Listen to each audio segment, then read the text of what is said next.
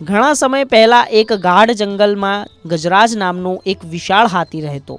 ગજરાજને પોતાની શક્તિ પર ખૂબ ગર્વ હતો.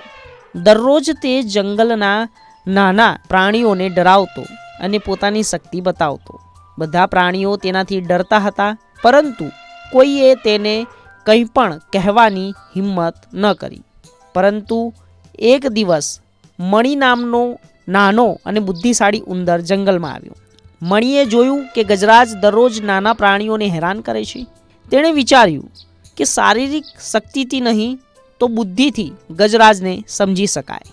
મણિએ ગજરાજ પાસે જઈને કહ્યું, ગજરાજ ભાઈ, તમે બહુ શક્તિશાળી છો, પણ શું તમે જાણો છો કે વાસ્તવિક તાકાત શરીર શક્તિમાં નથી, પરંતુ બુદ્ધિ અને જ્ઞાનમાં છે?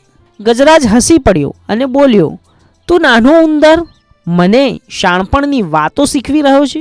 તારી બુદ્ધિ મારી શક્તિ સામે કંઈ કરી શકતી નથી. મણિએ શાંતિથી કહ્યું, જો તમે મને તક આપો તો હું તમને સાબિત કરી શકું કે જ્ઞાન અને સમજણ સૌથી મોટી શક્તિ છે. ગજરાજ મણિ સાથે સંમત થયો અને બોલ્યો, ઠીક છે, કહો કેવી રીતે? મણિ ગજરાજને એક ઊંડી ખાઈ પાસે લઈ ગયો અને કહ્યું, આ ખાઈને પાર કરવા માટે તમારી શક્તિનો ઉપયોગ કરો. ગજરાજે તેની તમામ તાકાતો કામે લગાડી, પણ તે ખાઈ પાસે જ અટકી ગયો, કારણ કે ખાડો ખૂબ જ ઊંડો અને પહોળો હતો.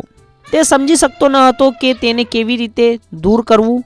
ત્યારે મણિએ કહ્યું, હવે જુઓ જ્ઞાન કેવી રીતે કામમાં આવે છે.